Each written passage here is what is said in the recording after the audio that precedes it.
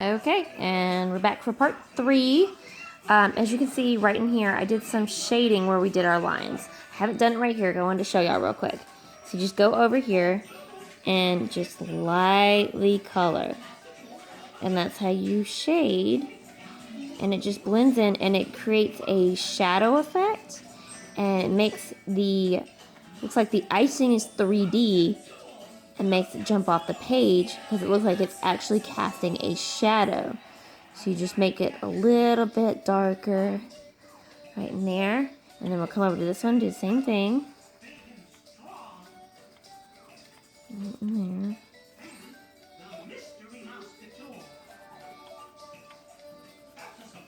And I think I am going to do the green icing because I wanted to show how to add highlights on my cake. Right, see? And it already looks like more like the icing is popping off our cake. Alright, I really hate wasting paper, so I'm going to use the paper my daughter colored on, and we're going to practice some techniques on how we're going to color our icing. Alright, well, I used marker and color pencils to color the purple, but this time we're only going to use color pencils, which is going to take a little bit longer. So you'll have some pauses and stuff will be done. First thing you need to do is get a yellow for your green. I know that sounds crazy. A yellow or a yellow-green. Okay, I have this lemon yellow, which is kind of green. But if you want to use a regular yellow, that'll work just fine. Alright, now the idea with your yellow is you want to add highlights. Hold on. Alright, when coloring, you have to add your highlights first. Because we did a light purple, we didn't need to add highlights there. Sometimes you can go over it with a white color pencil, add some highlights, but we are going to go in. So basically, everywhere on our icing we did the dark, we're going to do highlights on the opposite side. So I don't want it to touch the edge because it's kind of like when something's round, the highlight's not usually on the very edge of it. It's usually right in the middle. So right in there, I'm going to do just a round circle because my icing droplets are round. Sorry for the baby crying in the background. She is one. Alright, and you're going to keep going. Keep adding this little almost like L shape, but rounded C's shapes, half circles, half moons, however you want to call it, and keep going. But you don't want to color all the way, and you're going to do that on every one of your icing droplets. Alright, doesn't look like much, just looks like we put a bunch of yellow in there. I'm going to lightly color around the eyes, just make sure it is the opposite side of where I did my shadow. And then, remember your light's coming from this way. Maybe I'm going to do a little rounded part at the top. Again, you can see some of my pencil markings up there still, but that's okay.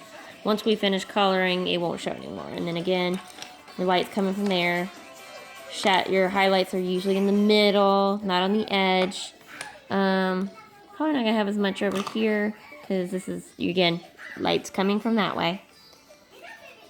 So now we shaded that. So next step is you are going to grab a very light green, and we're going to do some blending. Alright, here's my light green. And you're just going to kind of go on either side of it and just kind of blend. You don't want to cover over it completely, but just kind of either side because, you have your highlight, and now it's getting subtly darker. Alright. Now, if you don't have any darker medium green, remember, it doesn't want to be dark green, so we're going to do our shadows in dark green and maybe even a little bit of black. You can continue coloring over the entire icing area in your light green, or if you have another, I have some medium greens. Alright, I have this medium green right here, which is just a little bit darker, so I'm going to color my whole thing very lightly with this. Alright. I have a light coating in my green. It's not pretty. We're going to go in and we'll add some shadows, and then I'll keep adding more to it as it blends.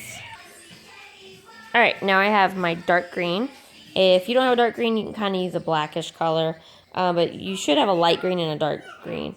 I'm going to color and shade right in where my shadow is, because it's going to be shadowed here, and I'm going to color that way. So for example, here's my shadow here.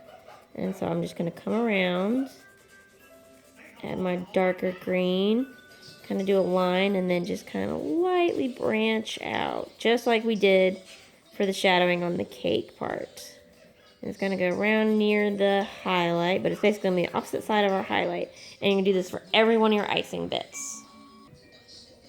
Go ahead and do it around your eyes and nose too. And you're going to get a little bit darker, but I will show you. Just go ahead and do your that, and then we can always start off light, then we can always go darker. All right, starting to come out. You can see it's working well, and those highlights are starting to pop, and the icing really looks 3D, like it's actually coming up off our cake. Now we also need to do some shadows around the base here, because remember, this is on top of a cake, so just come right over here, because remember, again, our light's coming from this direction, so our shadow is going to be the opposite. You just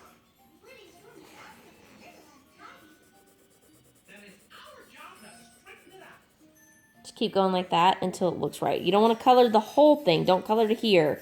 Just a little bit of a shadow. If you can always go back. Remember, it is easier to go back and make things darker than it is to go back and make things lighter. So go easy on it. And then just a little bit of the rounding edge right here. And then right where that pencil is.